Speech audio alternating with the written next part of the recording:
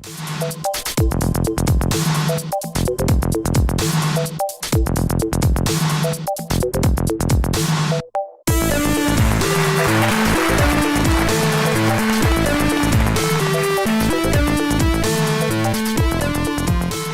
like you to imagine this for me. You've awoken in the middle of the night to the sound of a gunshot. This, of course, has scared you a lot, so you go and look out of your window to see what it is. When you do look out your window, you're greeted by the sight of some large creatures running around with a gun that reminds you of something you saw in the last Star Wars film. What do these creatures look like to you? Perhaps to you they look like giant gremlins that have 5 eyes, or maybe they look like E.T. How do you feel about these creatures? They're running around shooting everything in sight. They're causing death and destruction on your planet. How do you feel? Just think about that for a second.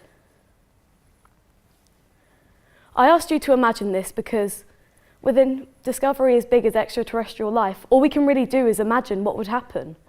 It also allows you to be as free as you like with your imagination. We've never discovered these creatures before, so you can be as crazy as you like thinking about what they look like, how you feel, what they're going to do when they find us. Obviously, with something as big as extraterrestrial life, we need to think about what would be affected. Personally, I feel like politics would be affected. I mean, our world leaders could be forced to hand over all their power and we'd all be enslaved by evil aliens. Or maybe our world leaders right this second could be plotting to kill these evil aliens before they kill us. What about our food? I mean, they must have been living on another planet, eating something, living off something. What's to say they can't bring that to us? I mean, we could have a whole new cuisine open. What about our education system? With a whole new field of science now open, we have loads to teach the new generation. Not to mention how far we'll go down in history. We, the human race, have just discovered extraterrestrial life. That's going to go down in history for years. Mostly, I think science will be impacted by this. Picture this for me. You're a scientist that has spent their whole life researching extraterrestrial life. Today, you have just found evidence of life on another planet. You're the only person that knows, though. What are you going to do with this information? Are you going to keep it to yourself to avoid public panic? Or maybe you're going to publish it to the world and tell everyone and claim your fame. I mean, you're the only person that knows and you're the person that discovered this. You could be rich. Or maybe you could just go to the government, tell them that evil aliens are after us and hope that you don't sound crazy. So, the important thing to remember is whatever you do with this information is going to impact on everyone and impact your life. So you need to be careful with how you handle it. Before we can bring into the question of extraterrestrial life, we need to think about what qualities a planet needs to have life inhabit it. There's obviously the basics like land and water, but other things we have to consider is how warm that planet is, because that could determine whether that planet has an atmosphere or not. Also, we need to think about how close and far it is from the sun and the moon, because this could determine how long the days, seasons, or years are. So they're all pretty big things that we need to consider. Speaking of things that a planet needs to have life inhabit it, there's a planet I'd like to talk to you about called Kepler 62f, or just 62f for short.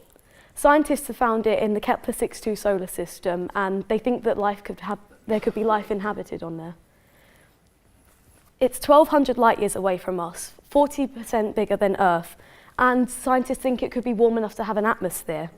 They even think that if a human were to find themselves stuck on this planet, they wouldn't be in any trouble at all, with it having a gentle gravity, an atmosphere much like our own, and a terrain like our own planet too.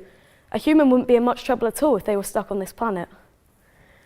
Another planet that's made the news of December 2011 was Kepler 22b.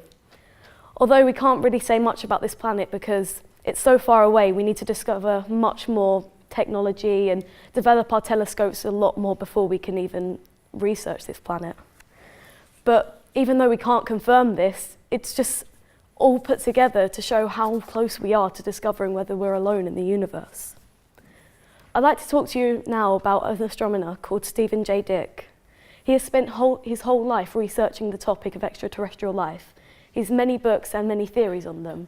One of them I'd like to talk to you about today, which is that we could all evolve from Mars. I know it sounds pretty crazy, but if you listen to his quote, it all makes sense really. Somewhere between 3.5 and 3.8 billion years ago, we see a very primitive cellular life arise. To me, that's a significant data point because it's very quick after the light-heavy bombardment that life arises, which to me is some indication that life may have come from outer space. Perhaps we could all come from Mars, or we could all be Martians. To put it in a simpler format, if life has come round on this planet, it must have come round somewhere else. It's all put together to show how close we are. In our lifetime, we may never see the discovery of extraterrestrial life, but that's because there's so much that we haven't discovered of the universe yet. Like Stephen J. Dick said himself, if you look at the whole universe and put a circle around the parts we have explored, it will be the smallest circle that you ever saw. This just shows how close we are to discovering extraterrestrial life, but also how far we are from seeing it in our lifetime. So although we may never discover it, it all put together shows how close we are to discovering extraterrestrial life.